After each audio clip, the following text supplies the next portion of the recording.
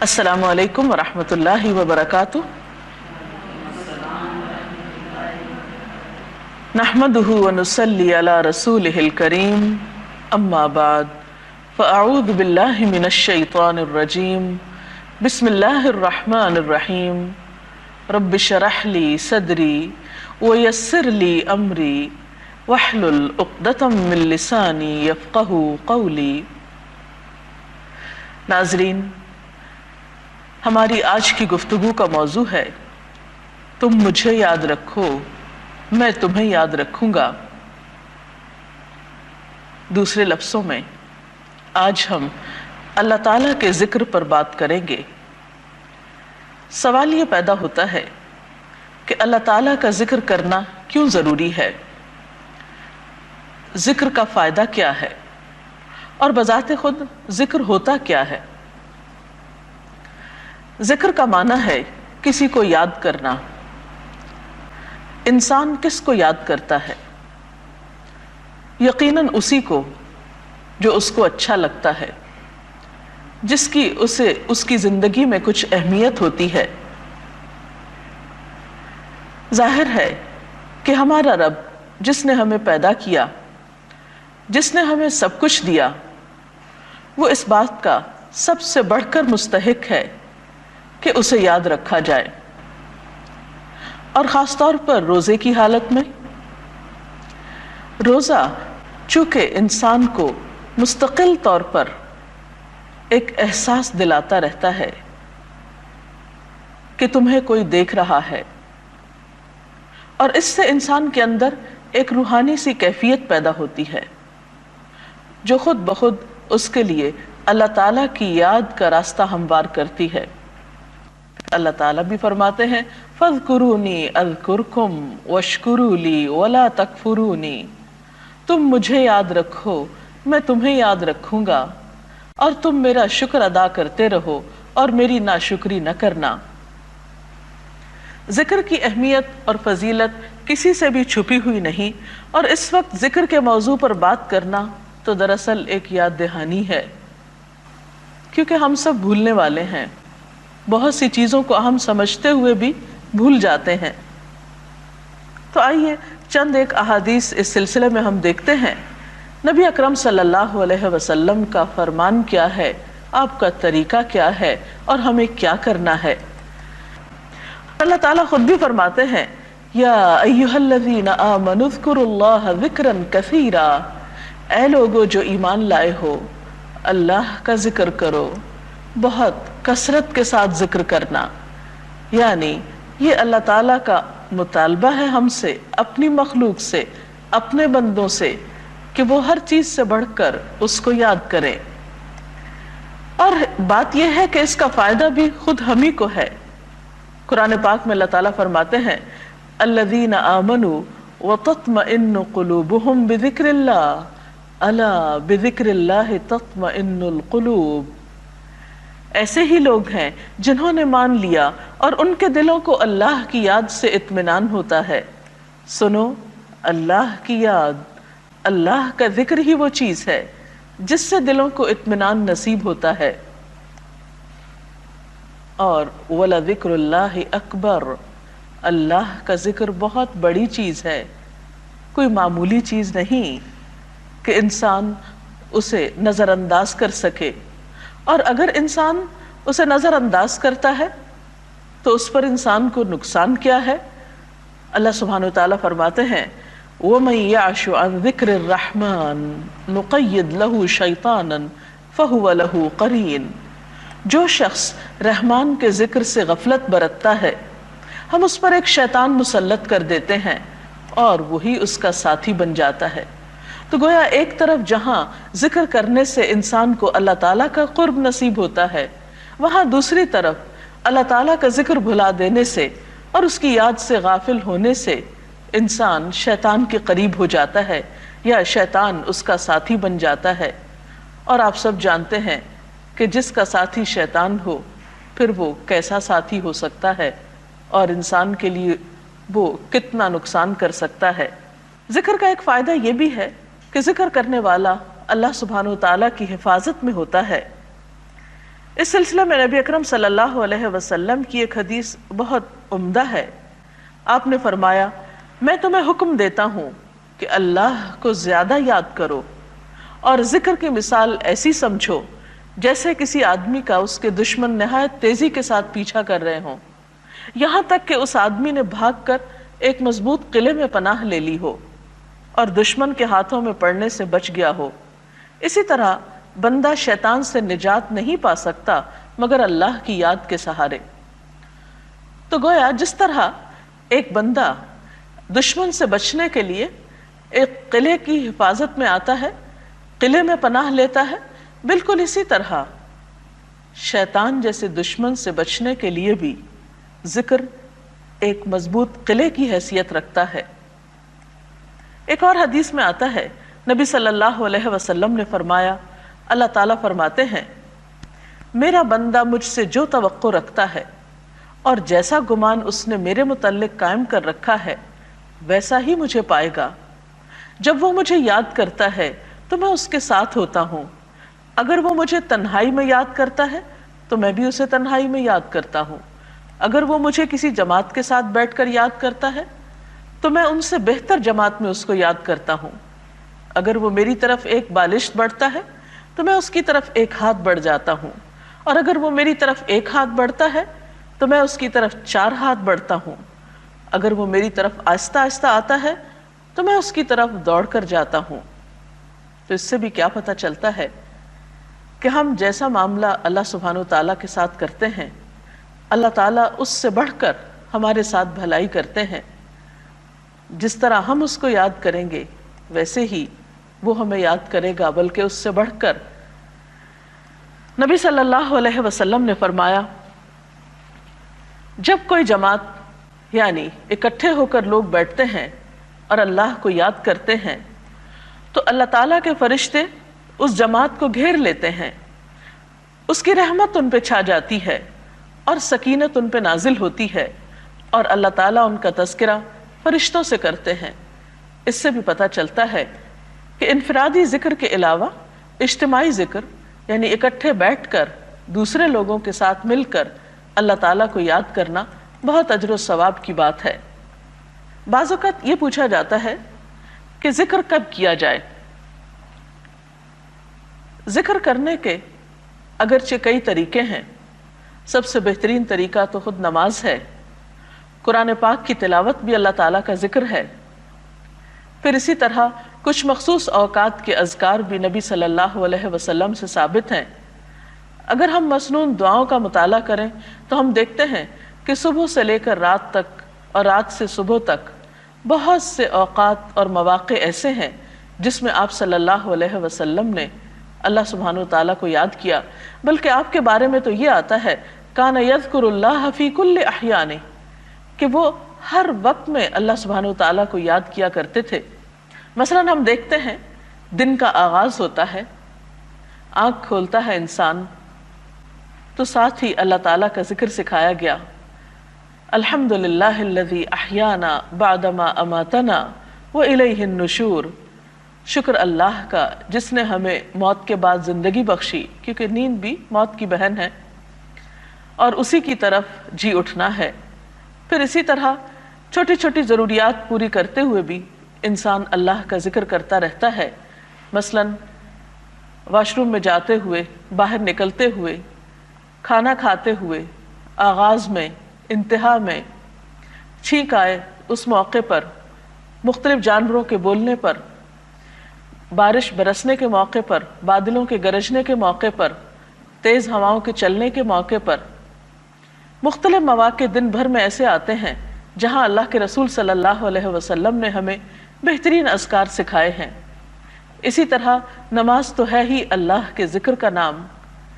پھر اسی طرح اگر ان اوقات کے علاوہ بھی جب کبھی فرصت ہو، جب جب موقع ہو، ان موقعوں پر اللہ سبحانہ وتعالیٰ کو یاد کرتے رہنا چاہیے اور کثرت سے یاد کرنا چاہیے. آپ صلی اللہ علیہ وسلم کی زندگی کو اگر غور سے دیکھا جائے تو وہ سراپا ذکر تھی.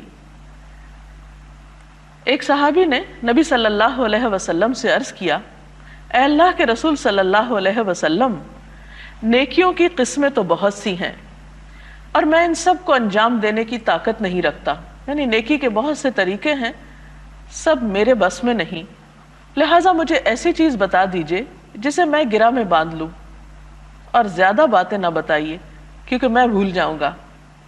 تو آپ صلی اللہ علیہ وسلم نے اس کے جواب میں فرمایا، تمہاری زبان ہر وقت اللہ کے ذکر سے تر و تازہ رہے، یعنی آسان سا نسخہ ہے، اگر بہت سے کام تم نہیں بھی کر سکتے تو ہر وقت اللہ کو یاد کرتے رہو، اور پھر یہ یاد مخصوص مواقع کے علاوہ کن کلمات سے؟ مثلا سبحان اللہ، الحمدللہ، اللہ اکبر پڑھتے رہنا، دو الفاظ پر مشتمل مختصر ترین کلمات ہیں لیکن بہت ہی مفید۔ مثلا حدیث میں آتا ہے الحمدللہ تملأ المیزان، کہ الحمدللہ کہنا میزان کو بھر دیتا ہے۔ اسی طرح اور کلمات بھی افضل الذکر لا الہ الا اللہ کو قرار دیا گیا۔ اسی طرح استغفر اللہ کہنا، لا حول ولا قوت الا باللہ پڑھنا، درود شریف پڑھنا، یہ تمام ذکر کی بہترین شکلیں اور بہترین قسمیں ہیں جس میں انسان کا سراسر بھلا ہی بھلا ہے۔ ایک اور حدیث میں آتا ہے کہ دو کلمات ایسے ہیں جو زبان پر بہت ہلکے ہیں، میزان میں بہت بھاری ہیں اور رحمان کو بہت پیارے ہیں، سبحان اللہ و بحمدہ سبحان اللہ العظیم۔ یہ کلمات بھی انسان چلتے پھرتے، اٹھتے بیٹھتے، لیٹے، مختلف کام کاج کرتے اپنی زبان سے ادا کر سکتا ہے۔ بعض لوگوں کا خیال یہ ہوتا ہے کہ شاید ذکر کرنے کے لیے باوضو ہونا بہت ضروری ہے۔ ٹھیک ہے، وضو کرنے سے انسان کی کیفیت بدل جاتی ہے، ایسا کرنا بہت پسندیدہ ہے، پاکیزہ رہنا اللہ تعالیٰ کی محبت کا ذریعہ ہے، لیکن اگر انسان باوضو نہ بھی ہو تو بھی اللہ تعالیٰ کا ذکر کر سکتا ہے۔ قرآن پاک کی سورۃ آل عمران میں آتا ہے الذین یذکرون اللہ قیاما وقعودا وعلی جنوبہم، وہ لوگ اللہ کو یاد کرتے رہتے ہیں کھڑے بھی، بیٹھے بھی اور اپنے پہلوؤں پر بھی۔ تو اس سے پتہ چلتا ہے کہ اللہ تعالیٰ کا ذکر انسان کھڑے ہو کر یا چلتے پھرتے بھی کر سکتا ہے، بیٹھے بھی کر سکتا ہے اور لیٹ کر بھی کر سکتا ہے۔ ایک شخص مثلا سو رہا ہے، رات کو اس کی آنکھ کھل جاتی ہے اور دوبارہ نیند نہیں آ رہی، تو ایسے میں اگر وہ اللہ تعالیٰ کا ذکر شروع کر دے تو بہت جلد دوبارہ نیند کی آغوش میں جا سکتا ہے۔ اس لیے یہ خیال غلط ہے کہ اللہ تعالیٰ کا ذکر کرنے کے لیے لازمی طور پر باوضو ہونا چاہیے یا ضروری ہے، یا پھر یہ کہ کہیں مصلی بچھا کر یا کسی کارنر میں بیٹھ کے یا کسی اندھیرے کمرے میں ہی اللہ کا ذکر کیا جائے۔ نہیں، اللہ تعالیٰ تو انسان کی شہ رگ سے بھی زیادہ اس کے قریب ہے، اس کو کسی بھی وقت اور کسی بھی حال میں یاد کیا جا سکتا ہے۔ کوشش یہ کرنی چاہیے کہ کوئی بھی لمحہ ایسا نہ گزرے کہ جو اللہ کی یاد سے خالی ہو، کیونکہ ایک روایت میں آتا ہے حضرت معاذ کہتے ہیں رسول اللہ صلی اللہ علیہ وسلم نے فرمایا اہل جنت کو کسی چیز پر اتنی حسرت نہ ہوگی جتنی اس لمحے پر جو دنیا میں اللہ کی یاد کے بغیر گزر گیا۔ گویا جنت میں جانے والے جب ہر طرح کی نعمتیں پالیں گے اور ہر طرف خوشیاں ہی خوشیاں اور نعمتیں ہی نعمتیں ہوں گی، اس وقت ان کو اگر حسرت ہوگی، غم ہوگا، تو اس بات پر کہ ہم نے دنیا کی زندگی میں اپنا کوئی بھی لمحہ اللہ کے ذکر کے بغیر کیوں گزارا۔ لیکن آج ہم اس دنیا میں ہوتے ہوئے ان اوقات کی قدر نہیں کرتے، اور بسا اوقات ہاتھ پہ ہاتھ دھرے خاموش بیٹھے رہتے ہیں۔ خصوصاً انتظار کے لمحات میں ایسے لمحات کو ضائع کرنے کی بجائے ان سے بھرپور فائدہ اٹھانا چاہیے۔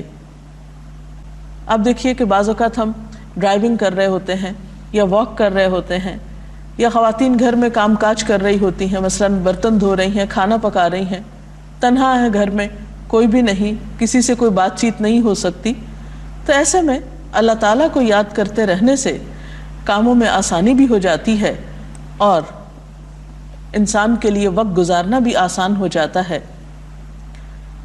بعض اذکار ایسے ہیں کہ جو انسان کو غموں سے نجات دیتے ہیں۔ بعض اذکار تو جسمانی تھکاوٹ تک کا علاج بتائے جاتے ہیں۔ مثلا حضرت فاطمہ رضی اللہ تعالی عنہا حضور اکرم صلی اللہ علیہ وسلم کے پاس حاضر ہوئیں اور ان سے غلام طلب کیا، کیونکہ وہ کام کر کر کے تھک جاتی تھی۔ تو آپ صلی اللہ علیہ وسلم نے جواب میں انہیں کچھ تسبیحات بتائیں جو تسبیحات فاطمہ کے نام سے مشہور ہیں، کہ 33 مرتبہ سبحان اللہ پڑھو، 33 مرتبہ الحمدللہ اور 34 مرتبہ اللہ اکبر۔ تمہاری تھکاوٹ دور کرنے کے لیے یہ تسبیحات کافی ہوں گی۔ آپ بھی آزما کر دیکھ سکتے ہیں، اور اللہ تعالیٰ سے دعا کرتے ہیں کہ اللہ تعالیٰ ہمیں اپنے ذکر کی توفیق عطا فرمائے۔ ذکر کے لیے زبان کا استعمال کرنا ضروری ہے یا دل ہی دل میں بھی ہو سکتا ہے ذکر؟ عام طور پر یہ سوال کیا جاتا ہے کہ ذکر کا طریقہ کیا ہے، کیا صرف دل میں ذکر کیا جا سکتا ہے یا اس کے لیے زبان کا حرکت کرنا بھی ضروری ہے؟ بہترین ذکر تو وہ ہے جس میں دل اور زبان دونوں شامل ہوں، لیکن اگر ایسا ممکن نہ ہو اور انسان دل ہی دل میں اللہ تعالیٰ کو یاد کرنا چاہے تو یہ بھی ممکن ہے، ایسا بھی کیا جا سکتا ہے۔ اور اگر اس کے ساتھ ساتھ زبان بھی شامل ہو تو بہت اچھا ہے۔ اس سلسلے میں قرآن پاک کی ایک آیت ہماری رہنمائی کرتی ہے۔ سورۃ الاعراف کی آیت نمبر 205 ہے، وَاذْكُرْ رَبَّكَ فِي نَفْسِكَ تَضَرُّعًا وَخِيفَةً وَدُونَ الْجَهْرِ مِنَ الْقَوْلِ بِالْغُدُوِّ وَالْآصَالِ وَلَا تَكُن مِّنَ الْغَافِلِينَ۔ اس کا ترجمہ ہے، اپنے رب کو صبح و شام یاد کرو، دل ہی دل میں زاری اور خوف کے ساتھ، اور زبان سے بھی ہلکی آواز کے ساتھ، اور تم ان لوگوں میں سے نہ ہو جاؤ جو غفلت میں پڑے ہوئے ہیں۔ اور یہاں سے ایک اور بات بھی ہمیں پتہ چل رہی ہے کہ اللہ تعالیٰ کی یاد میں کبھی زاری اور خوف بھی شامل ہونا چاہیے، یعنی ذکر محض زبان کی ایکسرسائز نہیں، یا روٹین سے پڑھے ہوئے چند الفاظ نہیں، یا رٹے رٹائے چند جملے نہیں، یا محض تسبیح کا پھیرنا نہیں، بلکہ اس میں حقیقی معنوں میں اللہ تعالیٰ کی یاد کا شامل ہونا ضروری ہے۔ یہی ذکر کی اصل روح ہے۔ کوئی اور سوال ہو تو آپ کر سکتے ہیں۔ آج کل کی زندگی میں ہر شخص اتنا مصروف ہے کہ ذکر کرتے کرتے دوبارہ اپنے کام میں مصروف ہو جاتا ہے، اس کے لیے کوئی عملی ٹپس بتائیے۔ جی ہاں، آپ تشریف رکھیے۔ یہ بات درست ہے کہ انسان ذکر کرتا ہے پھر بھول جاتا ہے، پھر اس کو احساس ہوتا ہے کہ مجھے اللہ تعالیٰ کو یاد کرنا چاہیے، پھر اس پر کچھ غفلت کے لمحات آ جاتے ہیں۔ ایسا عمل بالکل فطری ہے۔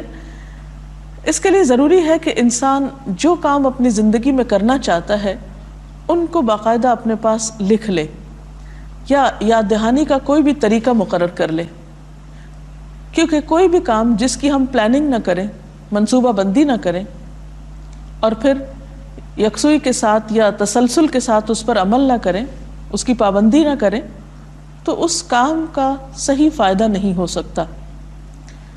مثلا آپ کو کھانا ہی کھانا ہے، اگر آپ بغیر کسی ترتیب کے اور بغیر کسی منصوبے کے جو آپ کے سامنے آئے کھانا شروع کر دیں تو آپ سوچ سکتے ہیں کہ اس کا نتیجہ کیا ہوگا۔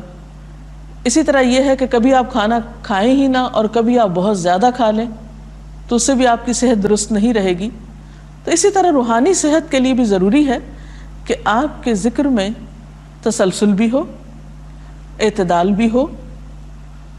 اس کے لیے ضروری ہے کہ آپ کچھ اوقات مقرر کریں، اور اس کے لیے بہترین طریقہ ہے سنت کے پیٹرن کو فالو کرنا، کہ مثلا صبح کے اوقات میں نبی صلی اللہ علیہ وسلم جو صبح شام کی دعائیں پڑھتے تھے ان کو پڑھیے، پھر نمازوں کی پابندی کیجیے، پھر قرآن پاک کی تلاوت صبح کے وقت رکھیے، اور اس کے علاوہ جو ذکر آپ کو کرنا ہے وہ کہیں لکھ لیجیے۔ مثلا اپنے اوپر پابندی آپ عائد کر سکتے ہیں کہ مجھے دن میں ایک تسبیح سبحان اللہ کی کرنا ہے، ایک الحمدللہ کی کرنا ہے، اور پھر اپنے آپ کو رات کو چیک کیجیے۔ رات کو سونے سے پہلے اگر چند لمحات ایسے رکھیں اپنے لیے کہ جس میں ایک تو اپنا محاسبہ کریں کہ آج مجھ سے کوئی ایسی بات تو نہیں ہوئی کہ جس سے میرا رب ناراض ہوا ہو، کیا میں نے کسی انسان کا دل تو نہیں دکھایا، کیا کسی کا حق تو نہیں مارا۔